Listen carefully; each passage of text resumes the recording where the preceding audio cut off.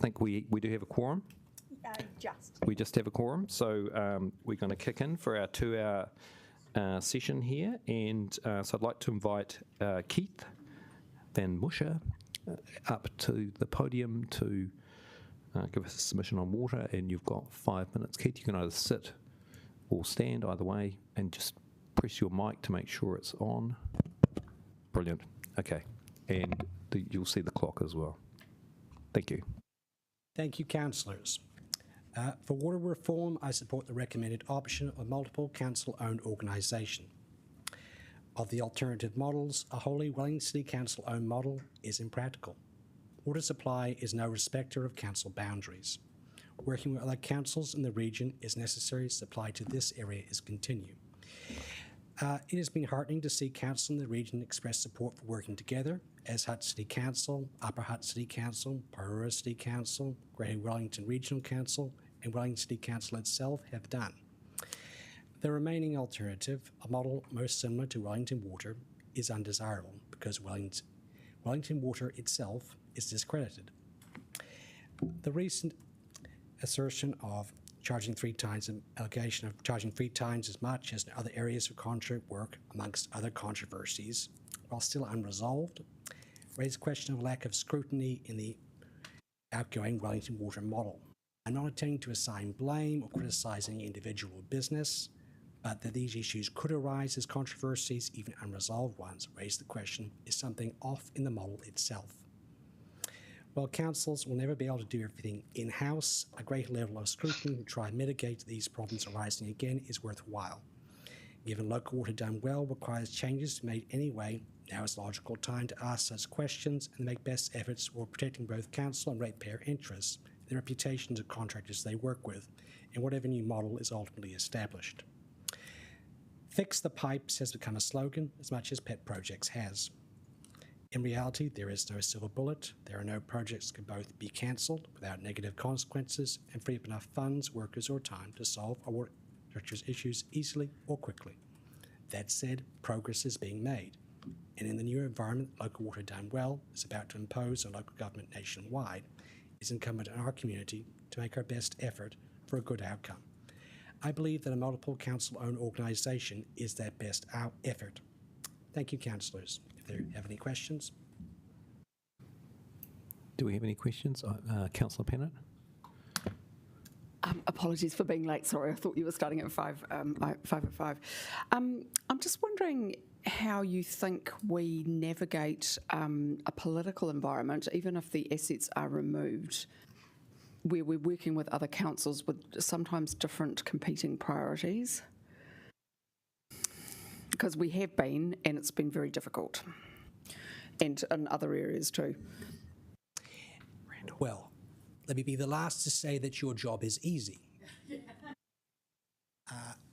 But I think that the current model, with its complexity, is a hindrance to those kind of conversations happening and for accountability when decisions are made. And it was the thing that was recommended in the submission released to the public, that in theory, a multiple council organisation will be more transparent and will be. You will all agree around the table with other councils is not something I can decide, and yes, there'll be difficult conversations, no doubt. But the water doesn't just flow within the area controlled by Wellington City Council. You're going to have to talk to other local government organisations, much as you will with central government. And I think this model may be helpful towards that. Thank you, Councillor. Councillor Randall? Yeah. In the proposed regional model with the 4 councils, the City Council has about half of the water consumers or residents. Do you think the City Council, Wellington City Council, should have half of the board or the governance, half the share, just to reflect the size of the City Council compared to the other councils? Well, I would like to hear what the other councils are going to be working with us to say, because I would imagine they would have some reservations about us having half the board. Whether it is population or who has control of where the water is flowing from is an ongoing conversation. I don't have a firm opinion on that, but thank you for raising that point. It's good to know that you're thinking about that before going into those conversations. Thank you. Anyone else? We've still got 35 seconds. No? Thank you, Keith. Much appreciated.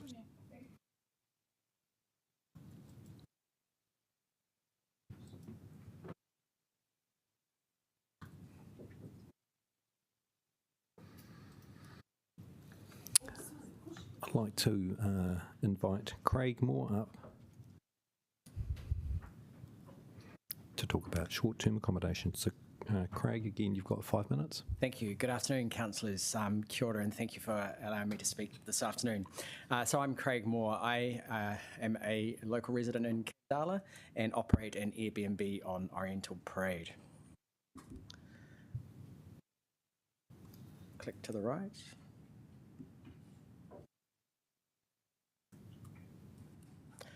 So a little bit about me and my situation. I look after my in-laws' apartment on Oriental Parade.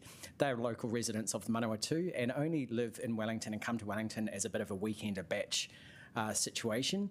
During those times that they're not in the apartment, late last year we made the decision, my wife and I, to offer that as an Airbnb to cover some of the other costs that we're experiencing in Wellington, rates, insurance on owners' corporations, those kinds of things. I take my role as an Airbnb host pretty seriously. I'm in the top 1% of hosts internationally on Airbnb, and I've got some reviews up on the board that really show how important I think it is to provide a great experience to visitors to Wellington. We're around 60% of our visitors are from overseas, and they come and stay because they want accommodation which allows them to, spread out, have a kitchen, have a laundry, and be a little bit more, or get a residential experience. Something that I do take seriously and something we promote is we have information on local businesses that are around the area. So we've got information on Lola Stays, a great cafe, Keith Spry Pool for anyone who wants to have a spa or take a sauna in winter, tailor that to the seasons and really promote, a Wellington experience to international visitors. And I think that's also reflected in the fact that we get really good reviews, and like I said, we're in that top 1% of Airbnbs. It's very hard to see on the screen, but that's the booking calendar for the past 3 months and the next 9 months of 2025, and the black lines are where we've been occupied. So our summer occupancy is around 44%, and our winter occupancy is down to around 15%. So I guess what we're seeing is that Wellington is not a destination like Queenstown or Auckland where there's year-round demand for short-term accommodation, and we have a big peak in summer, full almost 50% occupancy shared with my family, and then at the other times of the year it really drops down. What that means financially is that on the screen there I've got our current revenue for the past 3 months. Our expenses after tax come at a profit of $1,776. So, I work full time. My wife works part time. We're not making a lot of money out of this proposition. If we would apply commercial rates to our income, we would make an $1,800 loss, and simply we would just stop offering it. That's just something that we just can't entertain paying and increasing our nightly rate by an amount that would cover that. So just in summary, I just want to kind of point out that, I'm not against regulation of Airbnbs. There are probably some operators out there that could benefit from some support and licensing and consent, some greater guidelines from council. But the proportionate or disproportionate amount that I think that the commercial rate proposal would place on small operators, part-time operators like myself, would mean that that option would just disappear from to the tourist market, both domestically and internationally. Thank you very much. Thank you, Craig. We've got a number of questions. I'll start with Councillor Pennant. Would you support a bed tax instead as a way of covering the city's costs? If the bed tax was proportionate to, looked at it, so it didn't equate to a 3.7% blanket rate, so you like a nightly bed tax, Yeah, I wouldn't be against that, because then that's based on how many nights you've occupied. So if you're occupied by 100 nights, you'd pay bed tax on 100 nights. Councillor McNulty. Thank you. I think that point about the 3.7 is coming through really strongly. So if there was an equivalent market, if we were to review that differential to bring it in line with, say, other New Zealand cities, do you think there's a city that has a similar profile to Wellington that we might want to look at? I haven't looked at tourist flows in other cities in any detail at all.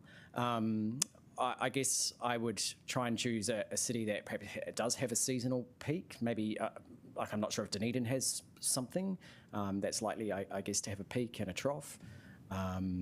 Perhaps the Hawke's Bay, Napier. I don't believe they have anything at the moment. But other cities in other parts of the world, Barcelona, New York, those famous cities have that year-round demand. But no, I don't have a particular view on which New Zealand city. No, that's helpful feedback. Thank you. Cool. Thank you, Craig. That's it. We've completed our 5 minutes. Thank you.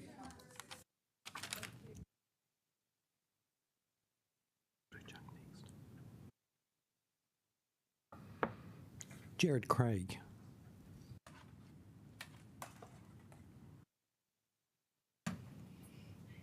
Good evening. Jared, you've got 5 minutes, and see the clock. Hi everyone, nice to meet you all.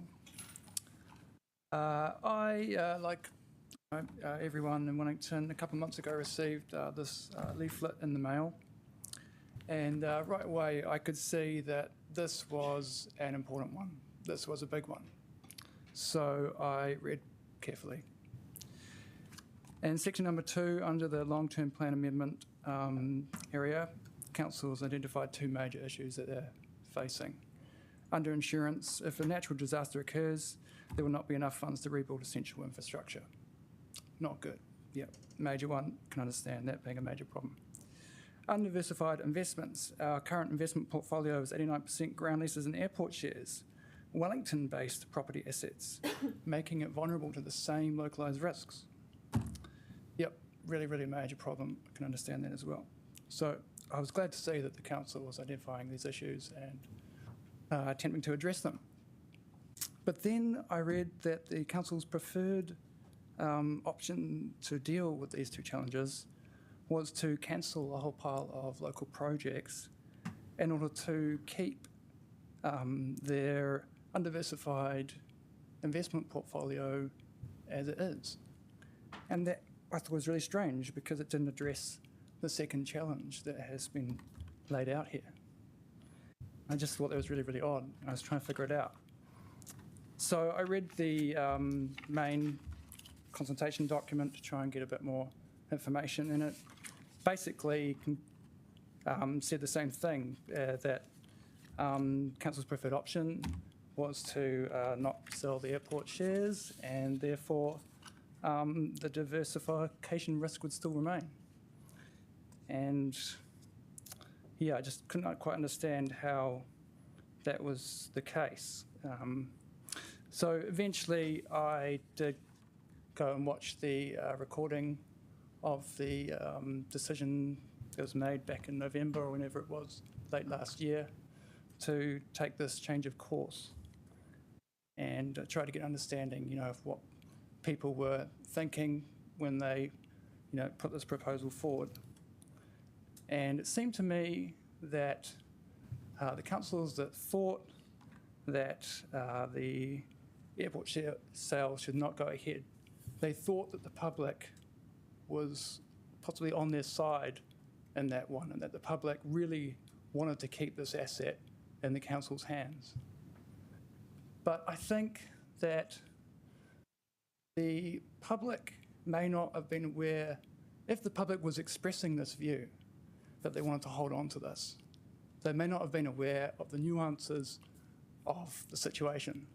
The fact that the airports and ground leases were not just part of the asset base of the council, but were the entirety of the asset base of the council, and therefore very, very localised and exposed to a high level of risk.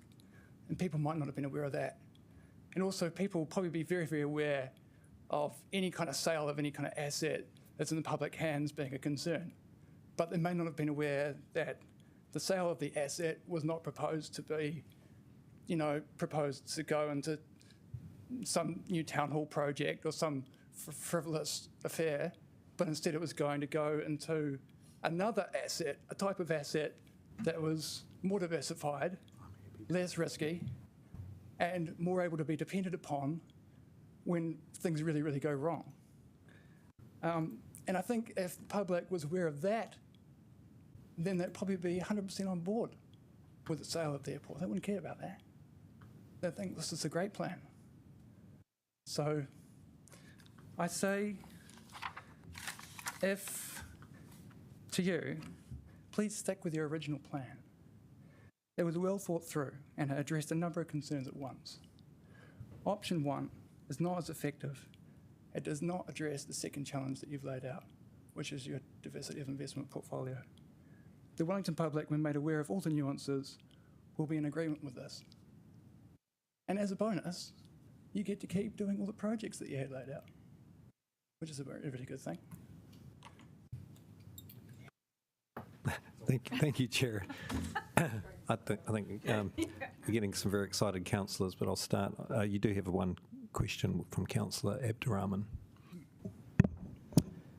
Thank you for your submission. And according to Union Wellington's survey, 74% of Wellingtonians oppose the airport sale. Yes. So do you think that 74% of people who responded to that survey, they're not aware of what they were talking about? I believe so, yes. I would say that 74% of Wellingtonians were not aware of the nuances because it's quite a rare situation for a council to have basically one asset type, and also for the asset type to be a physical asset, which is exposed to the same risks. I think that's quite a nuanced thing that people possibly might not be able to pick up on. Yeah. Councillor Brown. Just a question of the chair. So if a misleading comment has been made or an erroneous comment has been made in another councillor's question, can I correct that mistake? You can make a point Is that of a order. point of order? I'd like to make a point of order about that. What is your point of order? That is just no. I'm asking. What is the point of order? I think he misrepresented the facts. It's not. It's a fact of Wellington Union. I'd like. So am I allowed to actually No, you correct don't. the mistake? I'll let you correct the mistake, yes. Thank you. Thank you. He's off. Sorry. Thanks. The survey very clearly showed that the majority of people in Wellington favoured sale of the airport shares to establish the insurance fund. The survey I'm talking about is Union Wellington survey. I clearly mentioned in my questioning, and you have the right to dispute that, and I have asked my question. I clearly said Union Wellington I think survey. Councillor Brown did dispute that, but Well, we'll move on to our next speaker anyway. Yep. Stu Farrant would like to talk about water. You've actually got 10 minutes. Kia ora tātou. Thank you very much, and appreciate that you've probably had a long couple of days, so thank you again. Yeah, so thank you for the opportunity to submit on this most important topic, which is implications for the health of our waterways and resilience of communities for generations to come. Our submission is based on our professional experience working on urban and rural water projects for and with councils across Aotearoa, and international experience through work and research focused on cities that have been able to transition to more improved urban water management. It also reflects my long relationship with the waterways which have shaped Wellington and appointed roles on both the Porirua and Te Whanganui Atara Whai tours and the 2020 Wellington Mayoral Task Force on Water. In terms of the options presented, the options proposed in the briefing papers and the consultation documents, it is regrettable that due consideration appears to have not been given to a scenario whereby surface water is managed in-house by council with the more easily defined enclosed wastewater and drinking water carved off to a new entity. This option would reflect the inextricable connection between the land and water and the clear need to plan and implement surface water management in close collaboration with all arms of council, iwi partners and communities that work in shaping our urban landscape. Rather, surface water has been labelled as stormwater and is proposed to be effectively split into the engineered infrastructure, such as pipes, to be owned and managed with a degree of separation from the fundamental catchment decisions that directly impact outcomes. We appreciate the aspirations for all three waters to be regarded as a singular one water, but would strongly suggest that the proposition to continue to lump the piped stormwater system with the highly engineered and closed wastewater and drinking water systems does not realise a vision of one water, and rather makes the health of our freshwater systems harder to realise. The suggested definitions of stormwater and corresponding terms of reference to have a separate CCO manage the engineered stormwater network will in practice dislocate a small component of the natural water cycle from the interconnected open streams, wetlands, estuaries and groundwater on which our Indigenous biodiversity is dependent. This is especially critical for Wellington, where a significantly disproportionate number of our once vibrant, culturally and ecologically significant freshwater streams are now piped and managed as stormwater systems with a focus on human-centric engineered performance rather than the health and modi of these waterways. Examples such as Waimapihi Stream, which once flowed into Te Whanganui Atara at the site of Te Aro Pā, still provide fundamental ecological connection for freshwater species between the harbour and the forests of, in that case, Waimapihi Reserve. These need to be well understood in making this decision that you're making here today. The stream beneath Te Aro is currently defined as a stormwater pipe, with options and designs continuing to restrict the passage of taonga species and planning for growth suggesting large-scale cross-catchment diversions, pump stations and carbon-intensive larger pipes. An alternative approach which adopts a whole-of-catchment blue-green network mindset requires collaboration and holistic thinking across all of Council, but can readily support a more cost-effective and resilient outcome for the stream and the urban communities on which rely. This scale of strategic planning will be needed across the city if we're serious about a more climate-resilient and thriving future for Wellington. One only needs to look at the approaches taken in both Auckland and Christchurch cities, where piped stormwater has historically been managed as part of the wider water system in-house by Council, and in doing so is integrated with those working in urban ecology, urban design, public reserves planning, transport and climate change adaptation. We need only look back less than a week to see the role that this integrated thinking played in protecting communities in the Heathcote catchment from flooding due to the expansive integrated wetland complex delivered to support both flood protection but also a raft of other community benefits.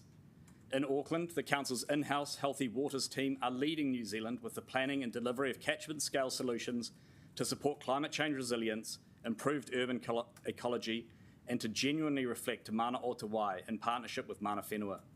This includes the integrated planning of cost-effective yet ambitious blue-green networks which recognise the stormwater infrastructure is only a part of the complex puzzle. Indeed, the Healthy Waters model, with an independent water care only taking on wastewater and drinking water, has been held up by central government as the exemplar of what local water done well should and could look like. If we are serious about exploring cost-effective and holistic ways to support the growth of our city whilst reversing the negative trajectory of our urban freshwater values, we will need to increase the collaborative mindset across all stakeholders in the surface water domain. It appears that the financial costs to achieve this have not been factored into analysis to support the proposed recommendations for Wellington, with a real risk of ongoing financial shortfalls contributing to ongoing suboptimal outcomes. The financial cost of genuine and meaningful input from urban design, ecology, parks planning and water quality experts, in addition to iwi and community engagement, needs to be embedded in cost projections, whether these skills are duplicated into the new entity or provided by in-house council teams. The financial cost of these skills being provided under the singular internal banner, as with Auckland Council's Healthy Waters team, is considered to be significantly more cost-effective than either alternatives of duplicating the skills across organisations or resourcing the scale of collaboration which is needed between Council and the entity if the engineered stormwater infrastructure component is indeed separated from other fundamental Council influences. Additional to this, the opportunities for cost recovery in the surface stormwater space are considerably less clear than with wastewater or potable water, with a real likelihood that any external entity would be less inclined to borrow against these assets where the payback pathway is complex and again relates back to the landscape scale decisions rather than the direct assets themselves. This would continue the recent experiences of underinvestment in stormwater and a restricted focus on renewals and reactive maintenance only.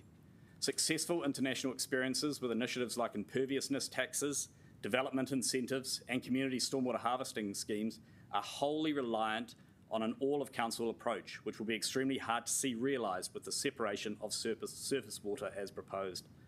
It is worth recognising that despite the well-intended work of the highly motivated staff at Wellington Water, the Wellington region continues to lag behind most centres across New Zealand with regards to surface and stormwater management.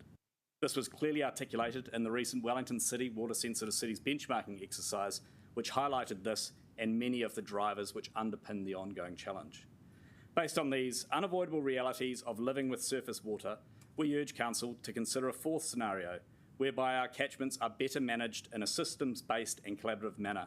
We would urge a closer examination of the experiences of similar cities such as Christchurch and Auckland, and a better understanding of the true costs and potential cost efficiencies of adopting a similar approach to theirs. Thank you very much. Thank you, Stu. I've got 3 questions. I'll start with Councillor Pennant and then Councillor Brown. Thanks, Stu, for the great work you're doing on Papawai. I'm just wondering if you've got any sort of more detailed feedback about how we can work together to protect our streams, because as you know, it's split between 3 organisations at the moment. It's not working. Whatever the entity is, we're going to have more than one. Yeah, So- I mean, it's complicated here by the fact that we're sort of lumped into a region with some other cities. But I think that Auckland Council's Healthy Waters team provides that exact example where it is managed in-house. In the submission, we made a number of recommendations that if you do proceed with this, there should be some non-negotiables in terms of the terms of reference with the entity. But I'd suggest that there are probably things that are not being considered in terms of ensuring that those in-house skills are actually duplicated there if you're not going to keep the water asset, well, the water management within council. But really, stormwater, the piped infrastructure is such a small component of the system that managing the system as a whole is really the only sort of cost-effective and efficient way to do it. Councillor Brown. Sorry, one's just a sort of technical question, but I've just been reading your submission, but you don't really talk much about the water in your submission, or would it get? Well, it's a configuration of the entities. No, but sorry, my question is more: did you write what you just told us in your submission? Well, I haven't read the submission, but it's the same information as in both. Yes. Oh, we didn't get the written one. Ask for a copy. I'll help Councillor Brown find your submission. Yeah, I was just reading your submission here. But Councillor Brown needs some help. Sorry, my question actually was, do you feel like it's appropriate for water charges to go into an unregulated entity to then fund stormwater, which is the plan? Well, the reality is that the costs to manage stormwater in an integrated way that considers the whole catchment have not been factored in, and the volumetric charging will always lead to direct payback for the water asset itself. So you'll be doing volumetric charging, which will provide enough revenue to pay for the significant investment that we all know we need in potable water, but it will never be enough unless we're willing to radically increase the cost that water charging is to cover other elements of the water cycle, such as surface water. And that's where internationally other examples like imperviousness taxes are applied. But again, that would always sit outside of the consciousness or the remit of a separate entity. Thank you, Stu. Unfortunately, we're out of time. Okay. Thank you. Thanks a lot. All the best for the rest. Catherine McCluskey.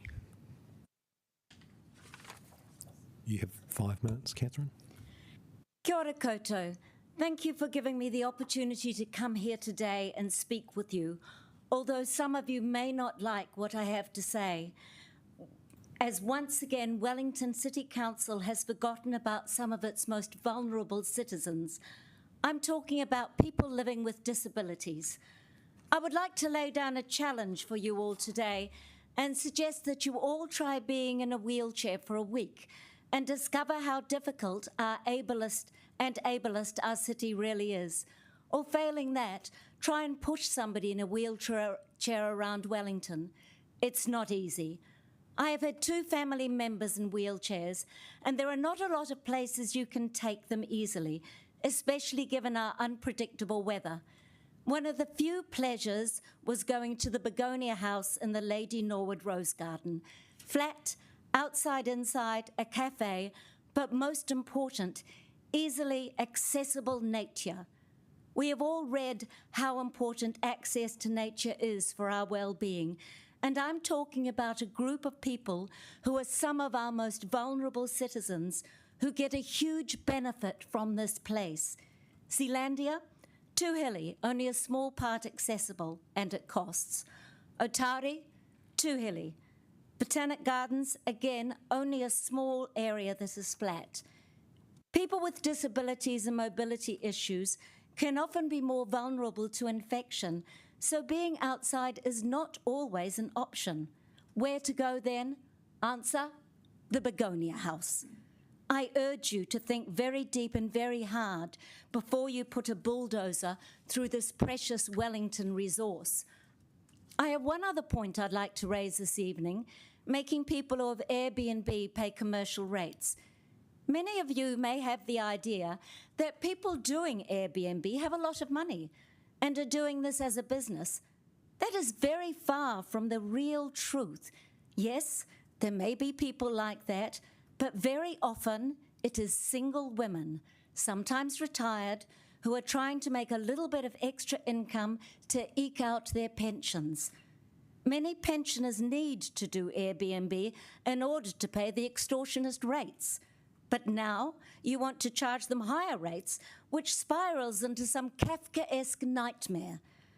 You cannot survive on a pension alone. Remember, statistically, women earn less than men and have less in their KiwiSaver. They don't want a permanent flatmate, as they may need the room occasionally for visiting family or friends. Once more, people on low incomes who are vulnerable are being targeted by your policies.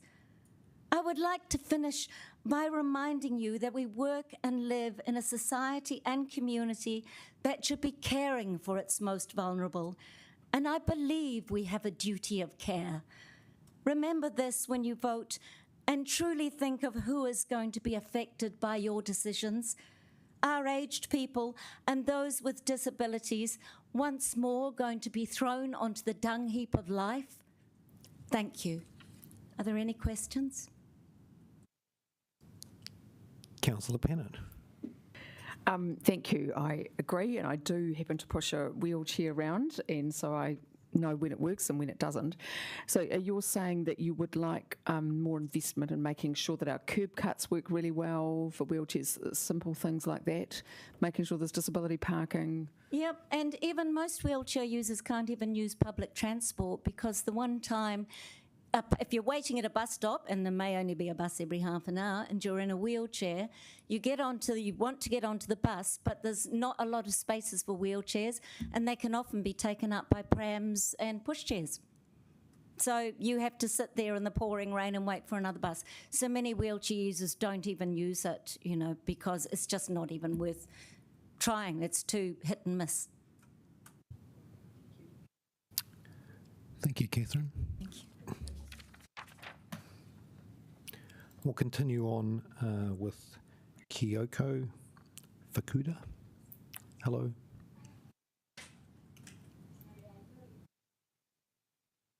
That's fine. No, I've decided we'll keep going. You're here, so hi, we'll nice listen to meet you. I'm sorry that I never done this before, and I underestimated the power of councillors. So it's nice to meet you. That's an interesting bring conversation. Any paper to read it. I just wanted to provide the feedback of experience of dealing with Wellington water. So before I start, thank you to Sophie. To organize this. She's been wonderful. We know Sophie. And so anyway, I would like to start from thank you to council, actually. I don't know how many people come in to say thanks to you, because I'm hearing all bad thing about the Wellington City Council. But I am actually coming to face and thank you. You've done a great job about how to deal with Wellington water. I mean it. So around the early March, my Toby got exploded, and there was lots of water coming out. Well, I'm from Japan, I'm from Tokyo. Things like this immediately gonna get fixed. But our street, I'm living on the Woodhouse Avenue in Kōrau. We have lots of leakage, but it's been lifted for more than 7-8 months. So I have lots of neighbors who supported me to go to the council and complain about my case. However, it happened by the council end, but nothing happened at the Wellington water end. I had a record of the conversation between them and myself complaining, when you're going to fix it? They come and investigate it, and then they say, yes, we will fix it for you. Okay, when? Probably another assessment coming. And then I waited for a month, and then somebody came, and I actually work from home, so I rushed to the guy and said, I'm so glad you come here because it's exploding. Water is asset. And he said, oh, you know, this is bus street, so I will organize the people to organize the traffic here too. Okay, when are you coming to fix this? And he said, next Monday, maybe next another week. And a month came.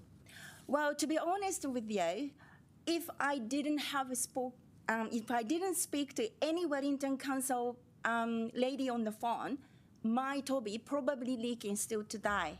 It's fixed in 1 month. However, another neighbor took 8 months, and then 3-4 times coming. And unfortunately, this is not the true information. I cannot confirm it, but somebody who worked in this area actually knew some detail about his work. Apparently, my neighbor's case costed about 20K to fix it because they have to come 5 times to fix it. My case, luckily, it was only 1 time. Today, it's been no leak, but I am coming to let you know how Wellington Water disappointed with me. They told me they will fix, and then they changed their mind sometime in the mid-March, and I did tell them that, excuse me, because you are in a submission mode, did you change your mind not to fix it? And then they didn't say, but they argue and tell me to pay to fix it. Tell me to hire the private plumber to fix it. But it was Toby leak. And then when I spoke to the council people, everybody on the farm, it's a Toby. Your Toby is on the footpath. And then the area was actually road reserve too. And I cannot do it. And I actually asked my plumber to come and investigate. He said, no, I'm not doing this because this is too messy. I don't want to involve it with the council. Nobody want to fix it privately, but Wellington Water told me to fix it myself.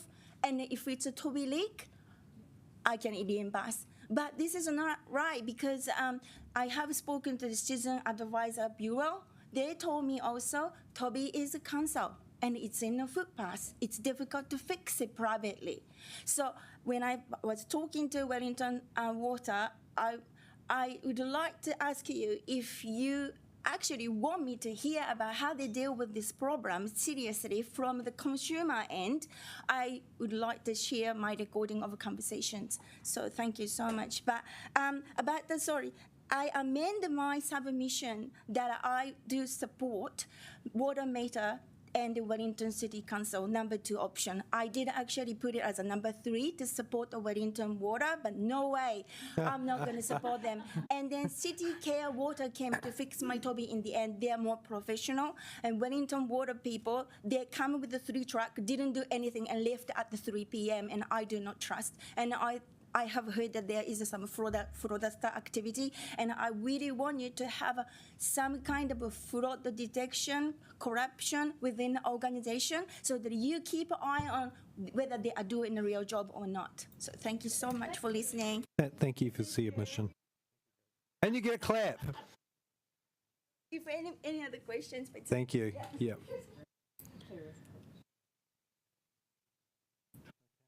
Our audience has gathered a bit more, so I'll ask Diane Milne from the Youth Council to come up to talk about water with whoever you want to bring up. Diana, we know you well. So you get 10 minutes. Good evening, councillors. I'm Diana, as was said, and this is Bryn and Kalani, and we're representing the Wellington City Youth Council. So, as I've said before, our primary purpose is to assist and advise the City Council on how to grow a city where young people can thrive. Submitting on the council plans is one of the ways we seek to achieve that purpose. So we appreciate the opportunity to submit on local water done well. And after careful consideration of all the options, we support option 1. We appreciate that it is the most affordable and efficient option, enabling faster implementation, improved water management, and reduces financial pressure on both residents and council, although we do have some concerns. We have 3 key concerns in regards to option 1. The first being in regards to democracy. We acknowledge that by combining with surrounding councils, it will be harder for Wellington City Council and therefore the residents of Wellington to get a fair say in the delivery of water. Youth Council believes that access to water should be a public right, and given the entity's ability to charge households, that Wellington residents deserve substantial input into their water delivery. This will be harder to achieve. We also are concerned about accountability. We believe that it could be harder for the residents of Wellington to achieve accountability amongst varying political landscapes of other stakeholder councils. We know that this is particularly topical at the moment given the challenges with Wellington Water. We also note that transferring water infrastructure to another co-owned entity is a big and irreversible call, so this kind of issue of accountability should be considered deeply. With respect to those concerns, we have made some suggestions. So that varying percentages of ownership should be included based on population and water needs. If the new multi-council water organisation is created, Wellington City Council should advocate for the implementation of a system which ensures that councils are represented proportionally to the number of water users in each region, so that each region will have influence proportional to its population. This system should be easy to update as well in case of uneven population growth across the regions. Included to address concerns of representation raised previously. We also suggest that Wellington City Council develops an exit strategy in advance to address concerns that this is an irreversible change which may be difficult to escape should it go south. By planning this beforehand, Wellington City Council can more quickly and effectively implement the leaving plan if needed, assuring the population of Wellington that agreeing to this new organisation is not irreversible. Our biggest suggestion, however, is in regards to considering a franchised model of water delivery. We note a situation in Auckland back in 1997 where Papakura District Council went, actually, we don't have the skill to deliver it, we aren't capable, and they franchised the right of water delivery to Veolia to operate, maintain, and manage the delivery of water service infrastructure. In return, Veolia gained the right to charge for water delivery, yet the council retained ownership of water assets. We suggest that Wellington City Council could consider a similar model of franchising where we would retain the infrastructure as a model under option 2, but then we transfer the right or we franchise the right to a joint entity under option 1. That way we would retain the infrastructure and we would retain the accountability which owning it brings, but we would also get the benefit of combining with other councils, which is in a sense necessary given how interconnected our networks are. But it is important to note that Youth Council does not support privatisation, so we would only want it the right franchise to a small, to a council entity. Excellent. So that is an overview of our submission. You were also provided, hopefully, with our written one. And now we'll take any questions that you have. We have 3 questions, so I'll start with Councillor Abduranan and then Councillor Pennant and finally Councillor Chung. My question is regards to the partial privatisation and the EU's stand regarding that. And New Zealand Council of Trade Union economist Craig seems to disagree with that idea. And according to Union Wellington's survey also, 74% of people disagree with the sale of airport. We're talking about water What do here. you think is, how many, when you make that decision as a youth group, is that a unanimous decision, or I just want to know how you reach into that process and how you... So we as Youth Council, to be clear, don't support the privatisation of water. What we are saying is the model in Auckland where Papakuta District Council franchised the right of delivery to Veolia could be considered in Wellington, where the council retains ownership but we franchise the right of delivery to a joint council model. That way we get the accountability but we also get the saving of combining resources and economies of scale, if that answers your question. Yes. Councillor Bennett. Oh, sorry. And the Youth Council supports, looking at all different options. That's another thing we support. Thank you. That is a thoughtful and interesting suggestion. Do you have concerns about corporatisation as well as privatisation? So where you've got an agency that is, directly dealing with people and being able to charge them without control? Which is why, obviously, you've come to the perspective you've come to, presumably. Yeah, that kind of comes under our concern about democracy and accountability, and that is why we are keen to support alternative models. We think what's good about that alternative model we've suggested is that we do get better accountability to ratepayers. Councillor Chung. Great, thanks very much for coming in again. I'd like to sort of just ask you about the franchise system. If you have this private company being able to charge what they like, then what's the practical difference between that and privatisation? Because even though the council still owns the assets, if that private company can actually charge whatever they like, then isn't that the same thing? Isn't that the same thing to the users?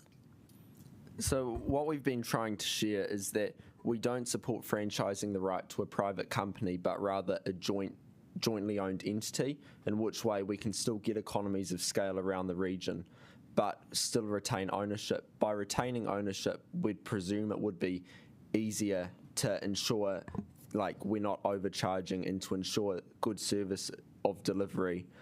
But I think what we're suggesting addresses the issue better than the other options. Great, thank you.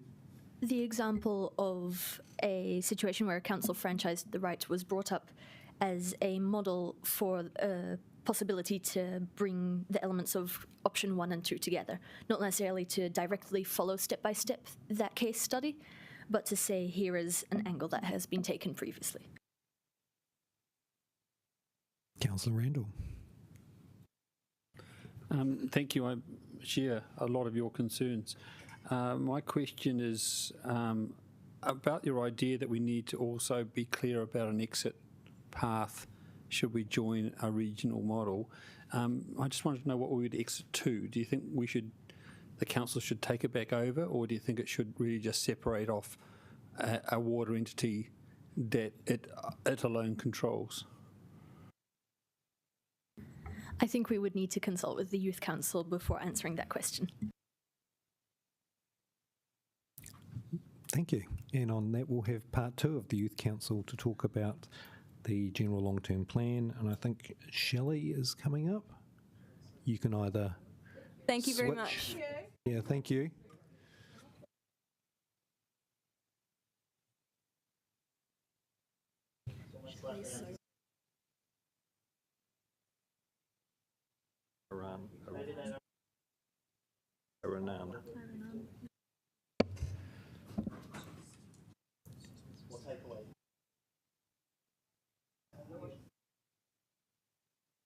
Right. Good evening. Tēnā koutou katoa, my name's Sophie, this is Aranan and Shelley, and we're also from the Youth Council to speak to our long-term plan amendment and annual plan submission. So firstly, for managing risk, Youth Council supports option 2 of selling 50% of the airport shares and 9 ground leases, because we believe it strikes the best balance between financial responsibility and future preparedness. So we believe this for three main reasons. Firstly, it creates a sizable investment fund which can help Wellington recover in the event of a natural disaster, while also reducing risk by diversifying the council's investment portfolio. Secondly, council remains a partial shareholder in the airport, so we can retain this revenue stream and also have some influence over this important strategic public asset. And thirdly, there's a smaller reduction in capital spending than option one, meaning youth-focused projects and spaces such as libraries, parks and Pāneke can continue. We believe that this is the smartest long-term option for Wellington and its young people. Onto Kōrau Event Centre, we believe that option one, selling the site as is the best option because it reduces capital spending and avoids unnecessary costs. We believe this would benefit the community by choosing a purchaser that's committed to developing the site quickly and into something of use to the local community. Thank you, and I'll pass on to Aranan. Kia ora. Is this on? Cool. Youth Council supports the demolishment of Begonia House. We do believe this because it is in the best financial and long-term interest of Wellingtonians to do so. Obviously, you know, the community has a lot of feelings about Begonia House.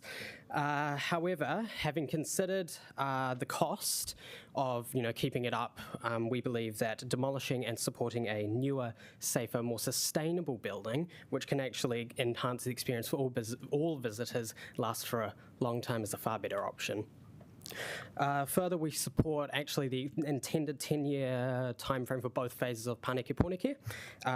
Wellington, as many of you will know, is in transition between more private modes of transport and then sustainable ones and public ones. We believe that delaying phase 2 is actually not a good idea to actually help that transition continue. Cycleways have a considerable benefit to both rangatahi and Wellingtonians at large, whether that be health or independence or just general transport overall. Any savings that can be gained from the delaying, we believe, are fundamentally outweighed by the public good that finishing Pāneke on its initial 10-year timeframe can bring. And with that, I'll hand over to Shelley for our annual plan. Great. So moving on to the annual plan, the Youth Council strongly supports the joint management of Mātai Moana Reserve between Taranaki Whānui and the Council. This area holds deep cultural, historical and ecological importance, and we believe that is vital that it is legally protected as a heritage and recreational reserve. It is really important that we're creating safe, accessible pathways and community spaces that will benefit Wellington youth and also the wider public, because we are people that really value outdoor recreational opportunities, so this is quite important for us. In terms of the changes to fees and user charges, we acknowledge the necessity of some fee adjustments and additions due to inflation and rising costs. But in terms of the outdoor training lights, we urge the Council to reconsider this proposed fee, as we are concerned that this could create a barrier to accessing sport and recreational opportunities for young people who primarily train in the evening due to school. And as the field users are already paying a fee, adding another cost is a concern when we're trying to encourage more engagement in sport. And then with the changes to financial policies, our opinions were quite mixed on the short-term accommodation rates. While some youth councillors agree with clarifying this policy regarding the commercial rates, others are concerned that the possible rise in accommodation costs, that there will be a possible rise in accommodation costs as a result, and this could reduce affordable options like Airbnb, which will impact young people and as well as visitors who rely on these low-cost accommodation options when they're travelling to Wellington. Thank you very much for taking the time to listen to us. We're open to any questions. We'll start with Councillor Calvert. Thank you. I've got two questions. You can go for two, yeah. Oh, thank you. My first question is, thank you for your comprehensive feedback. How did you find the information that was provided? Was that sufficient, or did you have to source more information? I'm a bit confused on what you mean, as in like council documents provided to us? Just with the consultation document, was that enough for you to get a sense of where things were at? So I think in order to make a full submission, we obviously consulted the council documents, but also we did some of our own research to just gain a bit more of a perspective on all the issues before we came to kind of a decision on where we feel on all these issues. And for Kōrau Event Centre, did you have knowledge of that building and area, or had people, other members of your youth council involved? So there was nobody that lives in that area that was working on this section, but we did, look into other options and things, and we did just come to the conclusion that that was what Youth Council supports. Okay, thank you. Deputy Moon. Yeah, kia ora, tēnā koutou, thanks for coming in. Thank you for your submission. Sorry. Just your comments or your support for the 10-year version of Pāneke Pōneke. Is Youth Council seeing an uptake in, by people biking? Is that why you're seeing this as a benefit? Have you got friends, colleagues that are starting to bike because of it?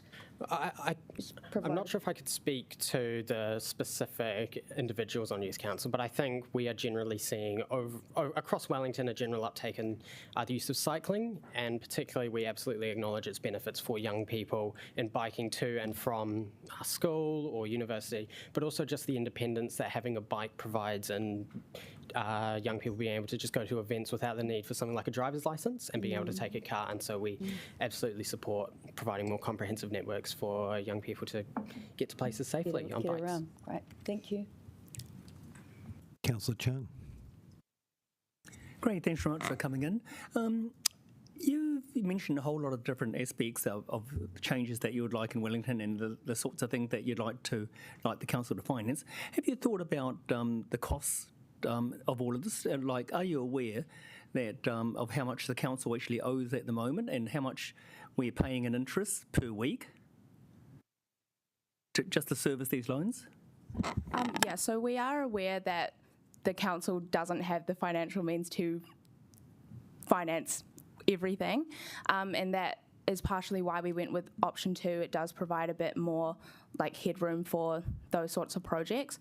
But as for, so you're really asking, have we thought about what we want to cut? Is that what you're? Well, I guess sort of, because a lot of the burden for servicing these loans are going to fall on your generation. So if we're heading towards borrowing $2 billion, so at the moment we're paying.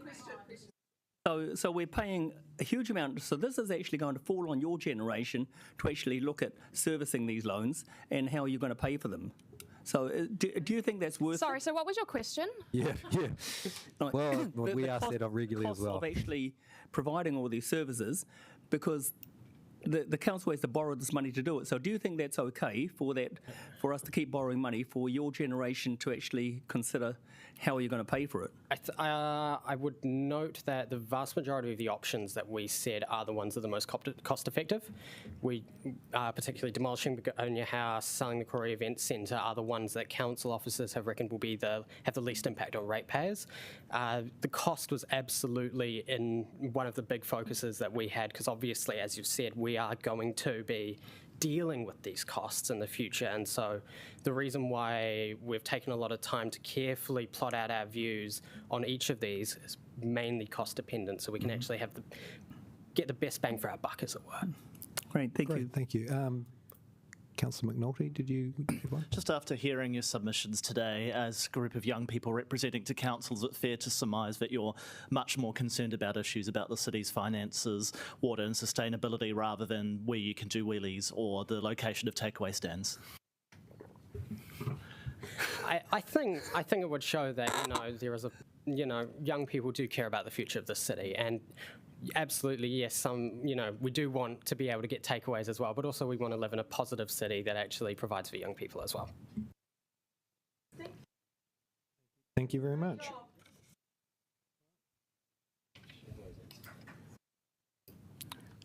Thank you, all of the Youth Council who are here. We'll move on to Alan Fraser, who's from the Rotary Club of Karori, and he has 10 minutes to talk about the Karori Event Centre.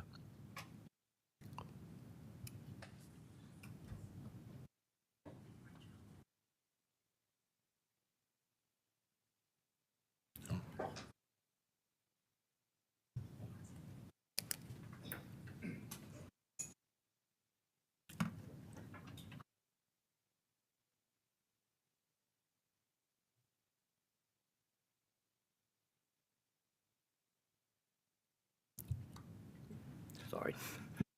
My name is Alan Fraser. I am the president of the Rotary Club of Karori.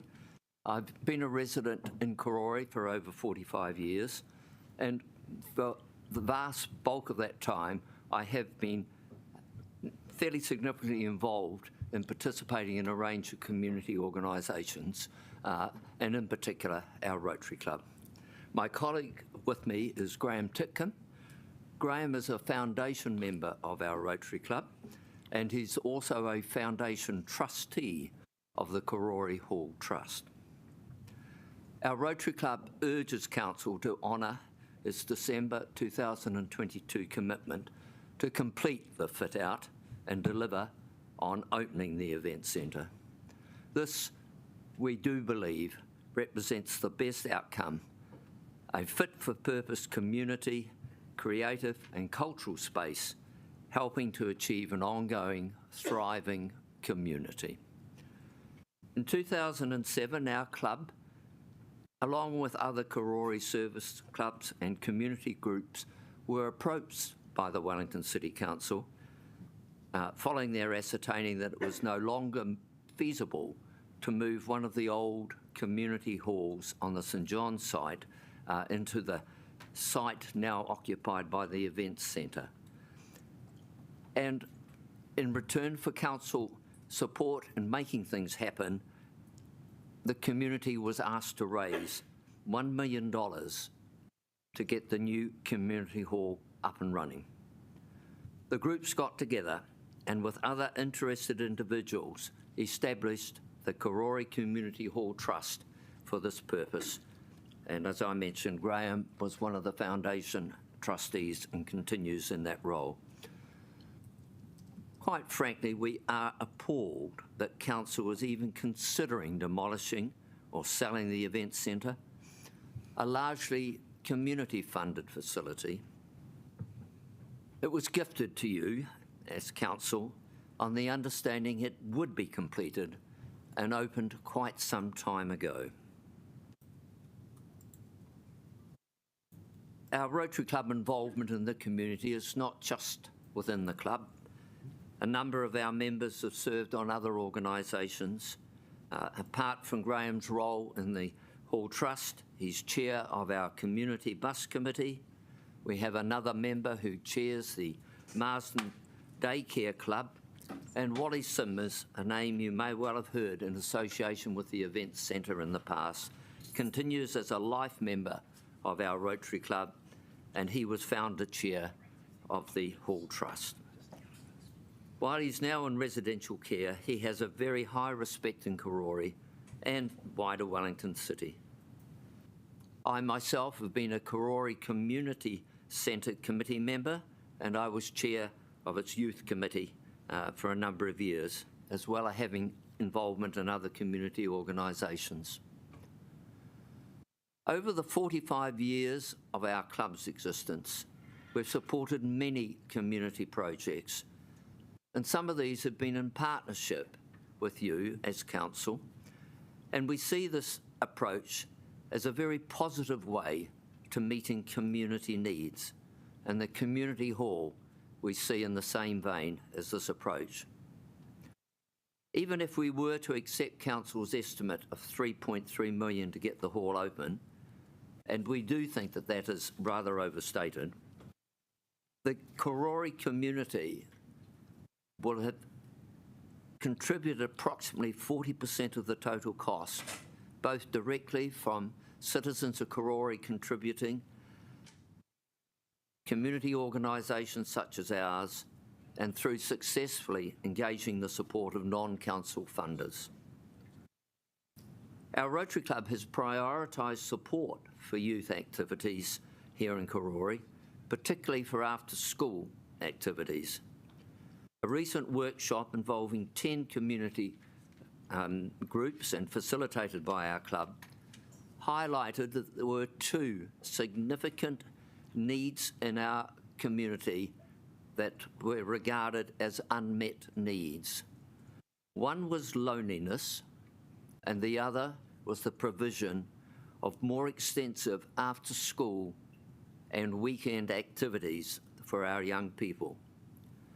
Coming out of that consultation, a youth strategy has been developed, and it envisages the finished hall as being a facility that would better allow for our hoped-for expanded activities. I arrived a little late to hear the presentation from the previous speakers, the Youth Council, exactly what they said in relation to the event centre, but I detected that they were perhaps not supportive of retaining it as a facility. I would say in contrast to that, the youth strategy that we have developed was very much driven by young people, people who are in youth groups in the Baptist Church, in the Karori Anglican Church, and in the youth group run by the community centre. They very much drove that strategy, and they certainly saw the opportunity adjacent to the existing youth facility in the community centre with the hall right next door to be able to use that on occasions, and in particular for youth planned and managed concerts, musical events and things of that nature. So I heard your previous speakers say they didn't have a representative from Karori. We certainly would disagree with the view that they are expressing. We also see the venue as a possible facility for our own regular Rotary Club meetings, as well as the community events that we get involved in, such as Meet the Candidates meetings, book fairs. We run forums on public health issues and things of that nature, an ideal facility for that. And we envisage that when it is open, whether we have the money or council has the money right away, but we think it is really critical that we get very good sound and projection and music facilities so that it can be utilised to its full. I understand some councillors query the need for a community hall. Community surveys conducted by council and others have consistently demonstrated both the need and strong community support. A Karori Residents Association survey last year indicated there is ongoing strong support, with 72% of respondents wanting to get the hall open. Further, the $1 million plus contributed by Karori residents, including two families, each of which put up $100,000, demonstrates how vital the community has seen this need.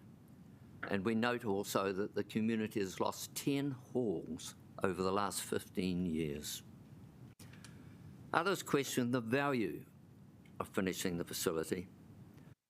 Given the clearly demonstrated need for a hall and the huge community financial commitment of getting so close to it being open, the alternative of starting again at a council officer estimated cost of $6.2 million, compared with the much lower cost of getting it finished now, is surely a no-brainer. I do want to come back just to questioning council officer estimates to get the event centre open, and I would like Graham to speak to that.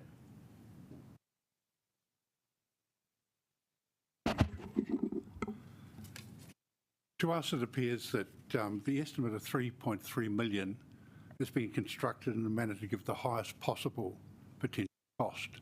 For example, it includes $200,000 for seating. This has already been committed to be provided by the Trust, and they have the resources in hand to do that. 200,000 also includes $350,000 for consultants and 490,000 for consultants, for contingencies, and that's after providing 80 for cost escalation. We just find and would submit that these costs are collectively very excessive. Group, as designated in the deed of gift, to identify other changes to reduce costs. $6,000.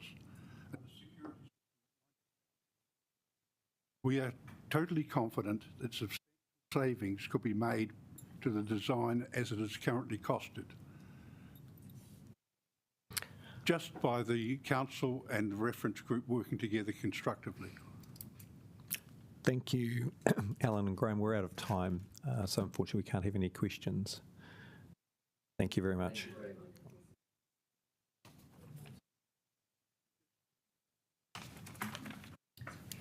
I know Paul's here.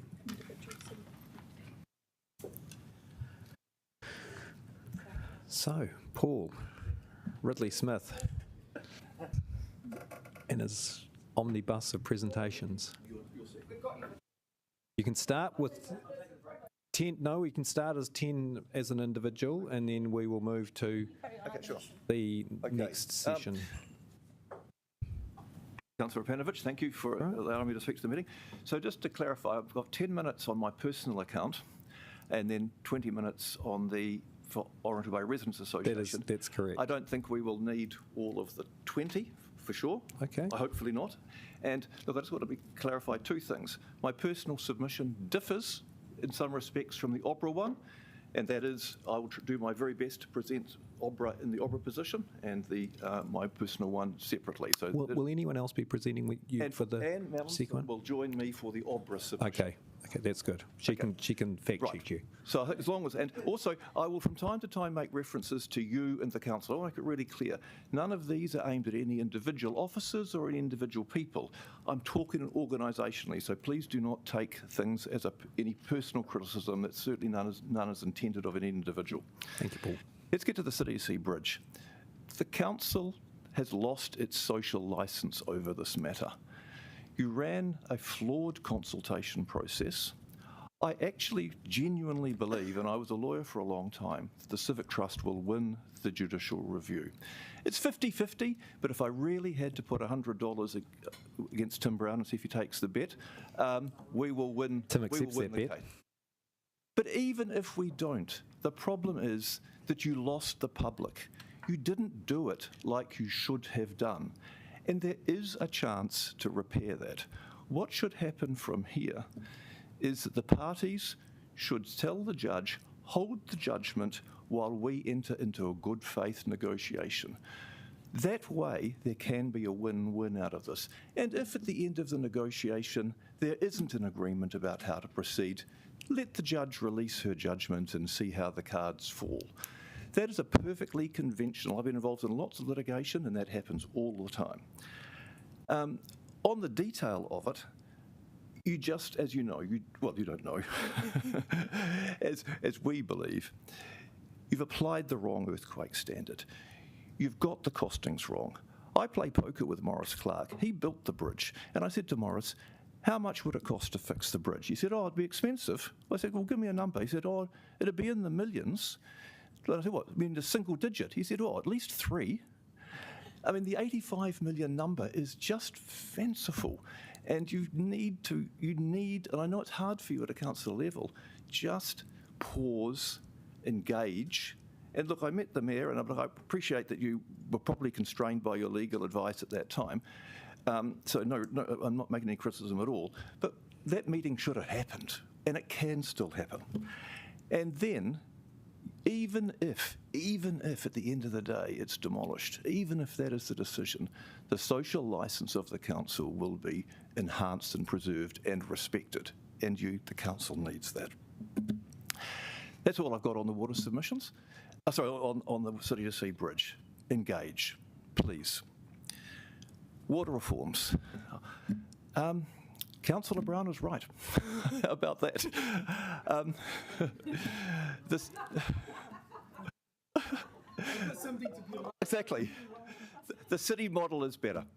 And look, I didn't come with this from a doctrinal point of view. I didn't come with this. I looked at it. The fundamental problem with the regional or metro model is that you're going to have 5 councils around the table. And the reason that the current model has failed so badly is that nobody is actually in control, or nobody actually can direct that business.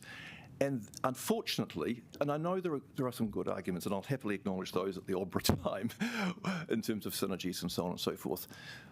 For Wellington City on a standalone basis, the water provision should be delivered through an entity which is ultimately responsible to this council on unrestricted and not compromised by what Kōrau might say, what HUT might say, what the regional council might say.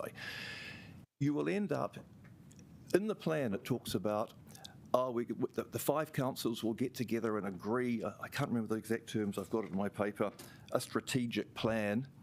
You will never agree a strategic plan that with those 4 other councils that ultimately is in the best interests of Wellington City. You will inevitably end up compromising. And I think Wellington City will inevitably end up cross-subsidising the other councils and imposing a higher cost on our ratepayers than is borne by the ratepayers in the other 3 cities. I almost wish that wasn't true, because I think there are some synergies there to be had. But I'm Councillor Brown, ultimately, he's right. Can we think about trying to, I know it's not easy even for me to say that. I've known him for 30 years. Never been right, so he's been wrong on a lot of other things. Anyway, but I mean, think about it. How will you get common ground on metering? How will you get common ground on fixed charges versus volumetric? How will you get common ground on the scale of investment? How will you get common ground on water quality? What, say one council comes and says it wants to go for the very highest water quality and another one doesn't, and the difference in cost is a factor of 2. Well, how are you going to decide on that? What, say Wellington wants the best quality, and because you decide that's the best thing, and Kōrau says no, we're just happy with, as long as it's not too dirty, we'll be fine. I mean, or vice versa. And when you have a shareholding structure that doesn't really come back to a strong shareholder, you get management capture and contractor capture. And that's what happened with Wellington Water, right? And it wasn't your fault, I don't believe, that you lost control of that business. It was the structure of it which made it impossible for you to properly apply good governance standards to it. Look, I'm conscious, I would actually like you to ask questions. I'm going to stop there with 3 minutes to go. If anyone wants to test on either of the City to Sea or the water, please ask a question. I've got a number of questions. We'll start with Councillor Calvert, then McNulty, and then... City to Sea Bridge, yep. Paul, do you think a way through this could be, and I'm thinking about Kandala Pool, we set up a technical advisory group with some representatives from the community, technical engineers, and the council's own engineers, 100%. And then seeing what could work? Absolutely. And see if you can actually get common ground on whether it should be IL2 or IL3. Yeah. Now, if at the end of the day, it's IL2, and that genuinely is, when you actually sit down, without the pressure of a decision has to be made by a certain time, without tensions of advocates for this or that, but just go, look, let's just get some really expert people in and go, what's the right standard here? Mm. And if the answer comes out as IL2, then there will be a different outcome to this. Absolutely there will. Mm. And look, I've read the evidence, and I've read your one, Tony. I've read your email that was in the court. You know that the process wasn't good. And the fact that some of the councillors, and I will call out Councillor Brown on this, the fact that he was, has the intellect, and he does have the intellect, to go through it all and make sure he's really, really confident the right decision is made, that's not the test. That's not the legal test, and that doesn't bring the community with you. Next question. Thank you. McNulty. Thanks, Paul. Very enjoyable. I guess I just want to test the argument around cross-subsidisation. I think it's almost 30 billion is the Wellington region's area of pipe assets in poor or very poor condition. So if we're in a situation where the actual viability of water supply is threatened because there is not enough supply in the region, is there not a fair argument for Wellington ratepayers in that situation to cross-subsidise to improve water storage or water capture for the entire region? That's a political judgment, right? At the end of the day, we're all Wellingtonians. Hutt and Taua and Pōrua, we're all Wellingtonians. We want the best for the whole region. I get that, but at the end of the day, when it really gets down to it, do you really think when you throw all these assets into the pot that Hutt and Pōrua are going to pay for the sludge plant? I don't think so. They're going to say that's on you, Wellington. Then they're not going to pay for the extra high quality that we're bringing into the wastewater treatment. And I'm not concerned at an economic level that you can't make proper contracts with the wholesale supplier of the fresh water. So at the end of the day, there would have to be a contract to say, of course, Wellington City Council would still be a shareholder in the wholesale supply side. And you would have to agree a volumetric charge or a delivery charge for that. That's a pretty conventional type of contract. It would be, I'm not saying it hasn't got its complexities, but look, to get to your point, you might just go, look, if Wellington City's a bit richer, so subsidise Pōrua, that's okay. I'm not sure you're doing the right thing by Wellington City if you landed there. Okay, Paul, we've got 5 minutes, but because you've got another 20 minutes coming, I think I'll let the questions flow if you want. No, look. Or do you want to come back and they can ask you in the second round? Yeah, well, do you want him on the... They can come. We'll ask at the second round, so let's do that. I've got the list. I'll hold the list. So look, I do want to stress again, I'll start with the water. OBRA's position on the water is neutral, and it would be wrong of me not to say that some of the OBRA committee members favour the regional model, and I imagine that some of our residents are kind of like split, because neither is bad, because they're both better than the status quo, but you've got to make a choice. So I just want to make that really clear. So from an OBRA position on the water, I've got in my submissions a couple of things. On stormwater, again, Councillor Brown is probably right on this one. I thought you weren't going to refer to individual councillors, but Brown seems to be taking a hit. But to how to get it, just ask the experts. I mean, this really is a matter for experts. It's not a matter for me, or it's not a matter for the OBRA committee. All what I would ask of you is be as diligent as you can and as testing as you can on asking the experts where should that stormwater go. And likewise, when you're making a decision between the two models, again, and look, I think the officers have done they've done their best with limited information. Let's be clear, they don't have a lot of information to help you at this time. Really test what are the synergies, what are the costs, what will the CapEx programs be, and really, really test, and this goes back to my personal submission, really test how will this be governed in a way where Wellington City is not just one of five and is always outvoted. And then you don't want to get a situation, and this is what our committee discussed this, give Wellington City a veto right on certain things to protect its interests. Well, Pōrua will line up for their veto, and the two Hutts will, and the regional council will, and then you'll just have paralysis. So that won't work either. So again, and look, get good advice if you go for that regional model on actually how the governance would work. The last point I want to make on that is, look, debt. Please don't get intoxicated by the idea that you can borrow a whole lot of debt. There's a funny thing about debt. One day you have to pay it back. It doesn't go away by itself. And so the idea that this is all fine, we'll create this separate entity and it can go out and borrow. And I spoke to one of the local government funding agency people, mutual friend of Councillor Brown's and mine, who seemed quite bullish about, we can, these water companies can borrow a whole lot. All you're doing there is you're just making the kids and grandchildren pay. It's not the responsible way. You've got to be more financially, when you set it up, financially more conservative than that. Please don't just say, we're going to load it up with debt and let the next generation pay. Yeah, that's, I think, sufficient on water. Perhaps take any further questions on water? Let's just keep going. I mean, if Anne wants to make any additional comments, and if not... Not on the water. Not on the water. Okay, so... Or should I do the balance? I think do the balance and then we can continue on. So the OBRA submissions are on 4 or 5 different issues. Submission 1, and we just discovered it as we were driving here tonight, please allocate some money in the plan to fix up the lanes out of Oriental Bay. When the cycleway was put in and the lanes were reduced from 3 to 2, it's just bad design and it's causing massive traffic jams. The traffic is regularly right around, so it snakes around so you can't even see the end of it.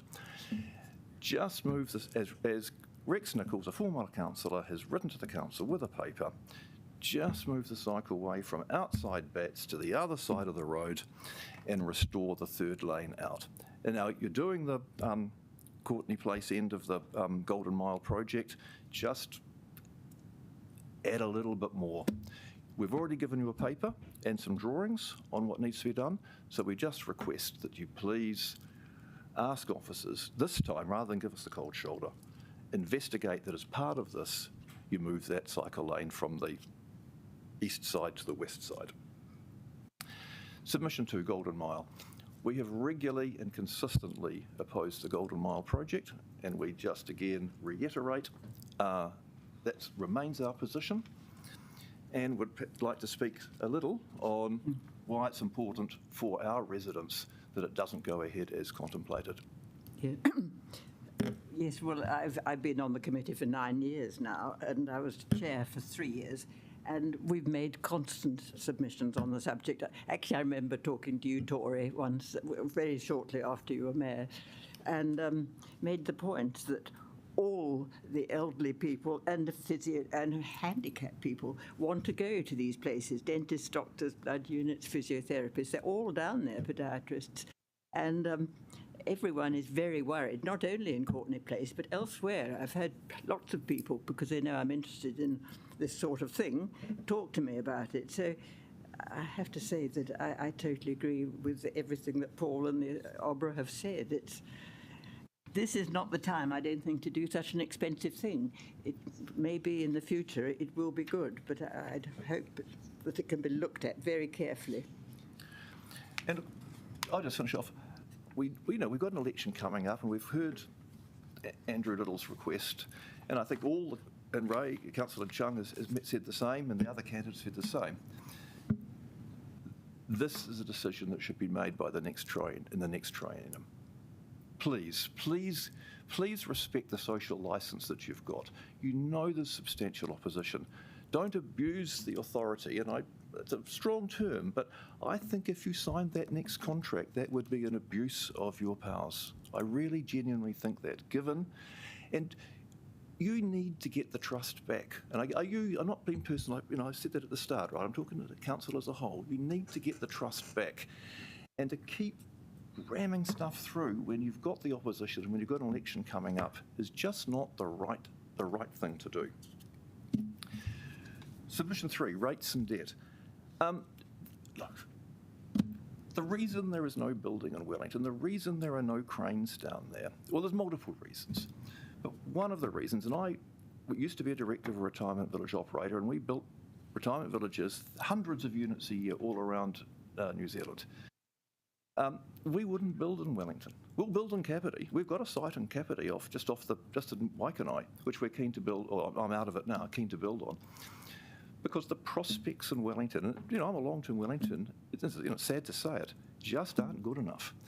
And the reasons the council, the prospect of rates going up, whatever they are now, 70% over the next 4 years, so don't quote me on that number exactly, but it's high. People haven't got the confidence to invest. So the population is shrinking, you know that. The houses aren't being built, you know that. And then you go back and ask why. One of the reasons is because of the what people can see forward is the debt in the city and the rates increasing. Now, for you as councillors, I've put a list there. I totally support the moving to 200, right, from 225. But it's a chimera, it's a veil, because part of the way you get to the 200 is you're just forecasting higher rates going forward. It's just a ratio between revenue and debt. So the higher you forecast the rate increases, the easier it is to comply with 200. You could comply with 150 if you put the rates up by another 20%. The real metrics, and I would request, and I've got on my list there, please ask officers to give you advice on, what's our debt servicing cost as a percentage of revenue now and forecast? What's the debt that we're going to hold per citizen now and forecast? What's our OPEX and CAPEX per ratepayer and household? What are our absolute level of rates? And compare those to other major metropolitan areas in New Zealand and other cities in New Zealand, and the answers are ugly. The answers are bad. Wellington is an outlier in a bad way on those metrics, and it's forecast to get worse. Now, you don't have to take my word for it. It really is something that if you asked officers to prepare, it would take a good analyst, and I'm sure there's some good analysts there, just a couple of days to prepare a table where you get a proper comparison of the financial situation and the forecast financial situation of Wellington City, so that you can really go, Houston, we've got a problem. We genuinely do. Look, the debt, Wellington City Council's debt was $700 million at 30 June 2019. You're forecast to go to $2.6 billion. I mean, as I said before, the funny thing about debt, one day you've got to pay it back. And if you don't pay it back, you're just kicking the can down the road to your kids. Conscious I should get on. Asset maintenance and asset growth. The principle, again, this is definitely an Opera submission as well. Look after what you've got first. The best economic decisions and the best financial decisions you can make are to maintain your existing assets before you add assets to the portfolio.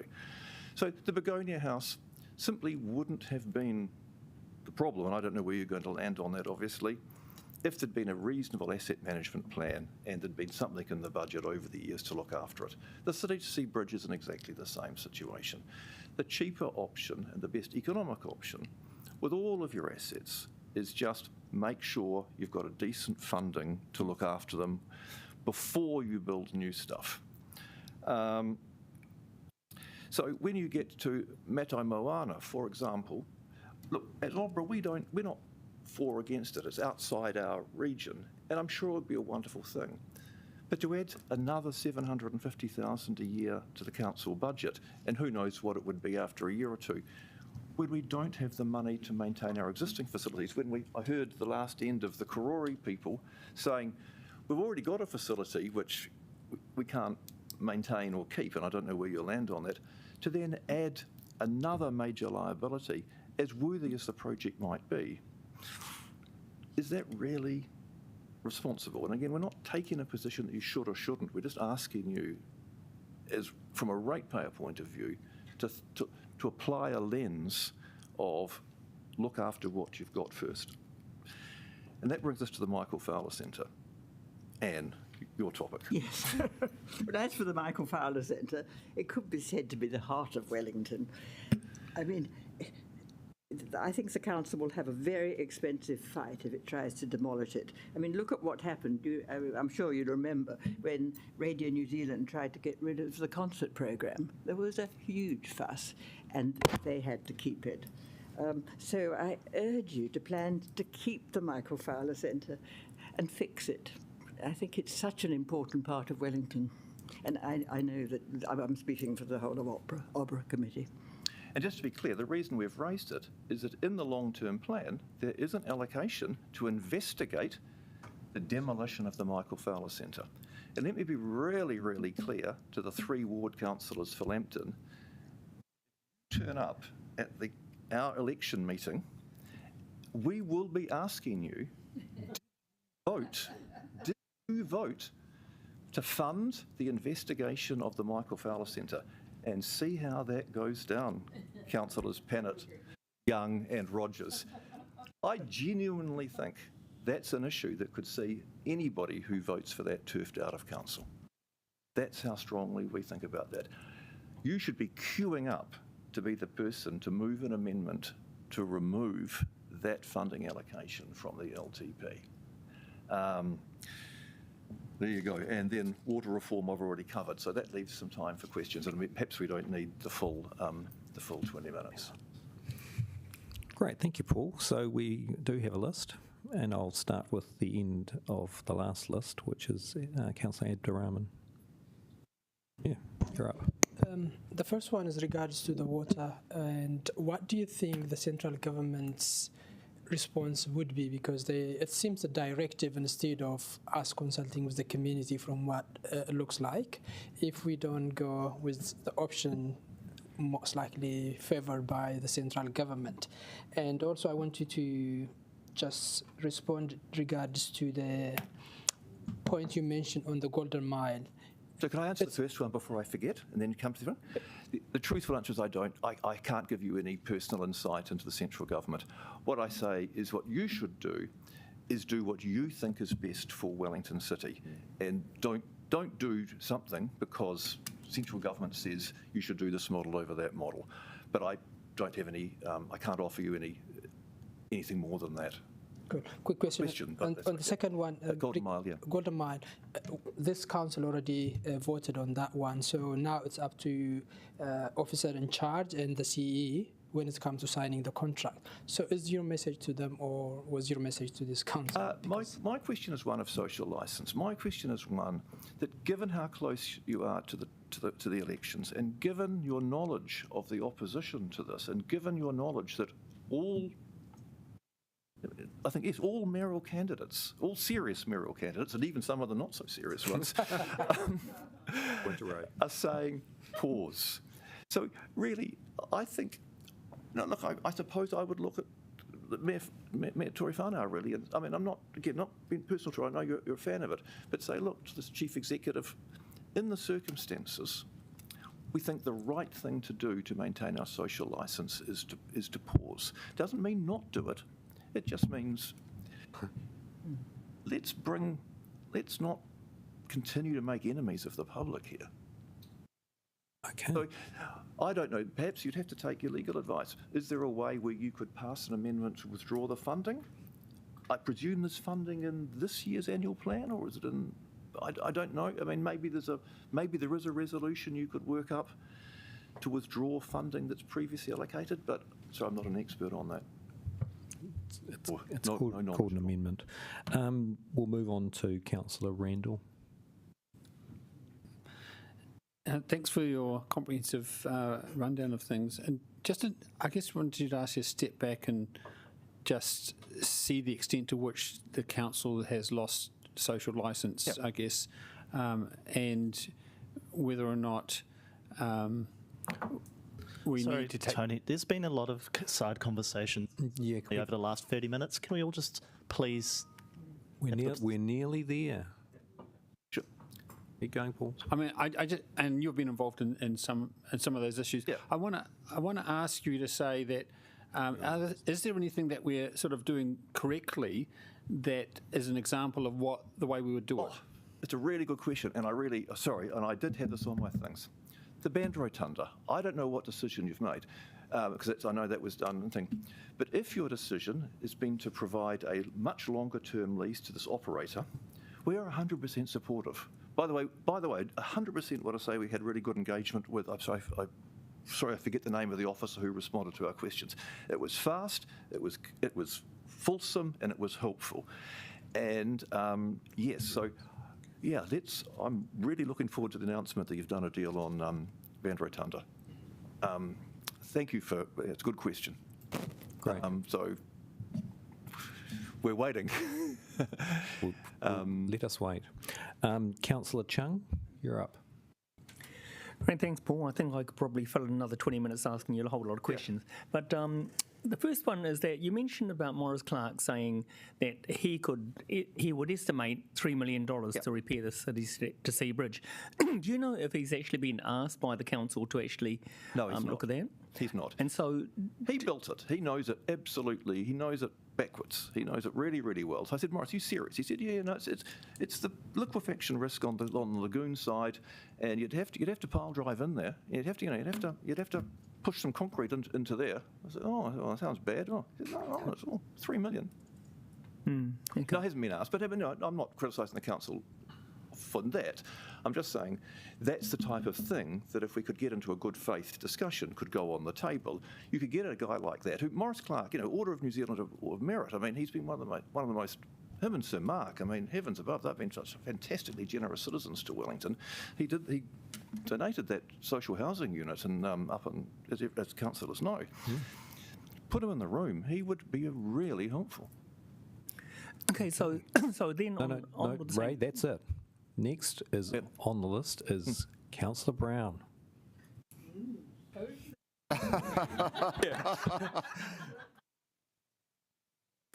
This isn't a leading question, but I am genuinely curious. Have you seen any analysis at all that would justify including stormwater with the other two waters? Look, I haven't got an empirical basis. I have to be honest, Councillor Brown. But intuitively, you're right. Intuitively, and I think I'm not sure whether you and I talked about it, or maybe with Councillor McNulty, I can't remember. No, it might have been Councillor Rogers when we had that meeting in the cafe. It's relatively easy to predict freshwater use, and it's relatively easy to predict wastewater use because they're a function of each other, minus leaks.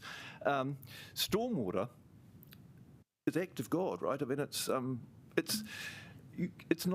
a completely different infrastructure problem, which is actually completely unrelated to the delivery of fresh water, and completely unrelated.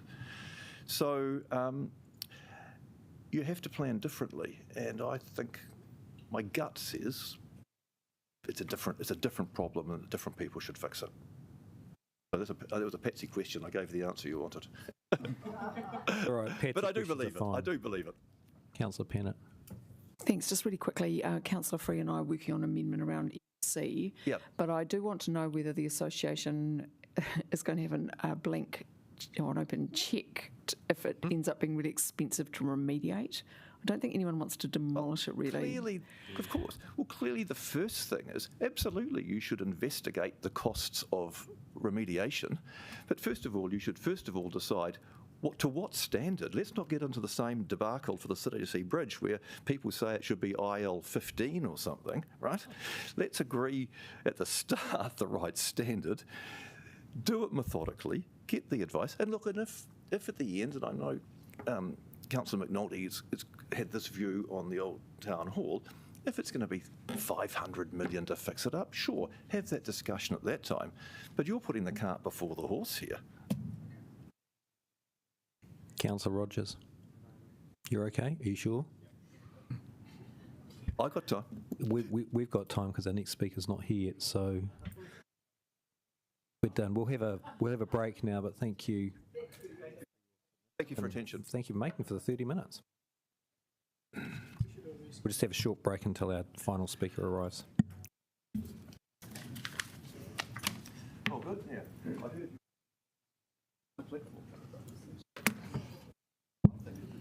So we're shaking on this?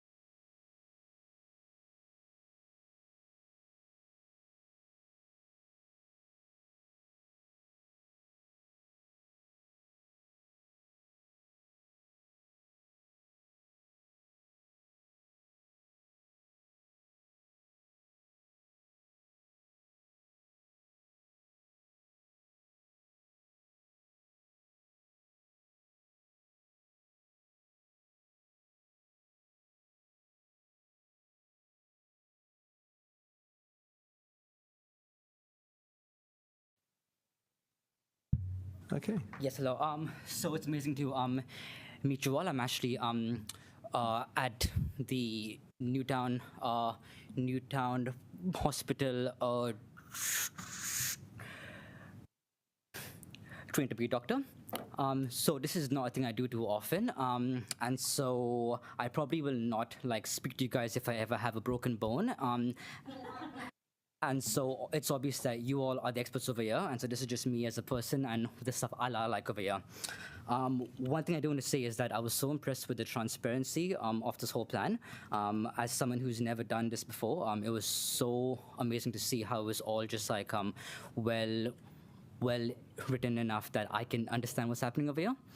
And so with the long-term plan amendment, the thing I liked was actually option 3, and I know that there's been a bunch of controversy about it, but I think it was the best plan for me, which is where you lose all the airport shares and the ground leases, and the main reason I thought that was the best one was that it preserved the capital projects, I think, from my reading, and the reason I wanted to do that is because of is just because of the amount I enjoyed. Like I enjoy using the bike network and the bus priority stuff, and also the preservation of the Golden Mile, which I think is a really great thing that will increase the character of Wellington. A big reason I actually moved here to practice in the hospital is because I was in Christchurch before this, which is kind of designed around cars, and it was just like not a very nice place to be because I used to spend all day in my car. I used to go from my home to work and then to a restaurant, and that was it. But after I moved to Wellington, I've actually been using the buses and bikes a lot more, and in the buses, I'm actually able to kind of like I know the bus drivers a little bit now, and I know the people with the trains. I know people on the bus, and it means that I can spend my commute in the morning to the hospital reading a book and not stressing out and getting mad at the other drivers on the road. And yeah, I think that's why, and I do know like that it's very important for the council to kind of like it's an important thing to keep in public hands, the airport shares. But then I was thinking about the fact that like I use the airport quite rarely, but I use the stuff in the capital projects thing so much more. And so I left time for questions, but I do also have thoughts on the Matai Moana. I think that was in the document, but I wasn't really sure what was happening over here. Yep, you can keep going. Oh, cool. So yeah, I was just looking at the Matai Moana stuff, and I was just like really in favor of that plan, and especially the joint partnership with Taranaki Whanau, because it looked like it kind of was in tune with my interpretation of the Te Tiriti, and I also like as a bit of a nerd in history, I love the fact that you guys are preserving the history and the ecology and maintaining public access. So I'm open for any questions or any feedback on how to submit to councils. We have a question from Councillor Pennant. Thank you. Good luck with your studies. Thank you so much. Do you know of any doctor or any scientist who would oppose active modes of transport to keep for people's well-being? Yeah, so no, I don't think I know that, but I obviously can't speak for any doctors or researchers, and I do think that they quite like having a car because they don't want to spend an hour on the train, but yeah. But then personally, I think I actually enjoy the commute a lot more than driving because I can spend my 1 hour a day reading rather than my half an hour a day getting stressed out. But is it good for our health to use active modes of transport? It is so much better for your health, and if you're out biking, if you're out walking, I think it'll save Wellington a lot of money because you will have much risk of heart disease, much risk of diabetes, and just being outside without having the car noises and emissions is much less stressful for you.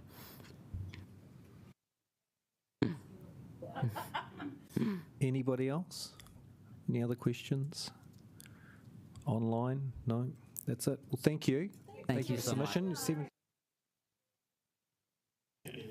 And also like it was so awesome like having you as mayor, and especially seeing you at Cuba Dupa. I was very sad to see you. We all love Kubi-Dupa. Thank you. Okay, and we at that point we will adjourn the meeting until 9:30 a.m. on Friday, the 9th of May. So. Oh, I'll move it. I'll second it. You'll second it. Let's go. Bing.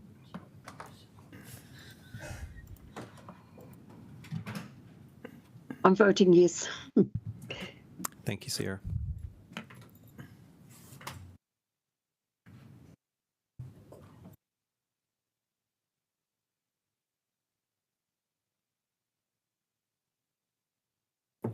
Councillor Randall.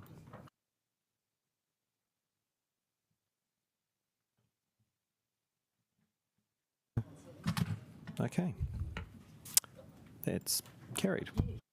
See you all tomorrow.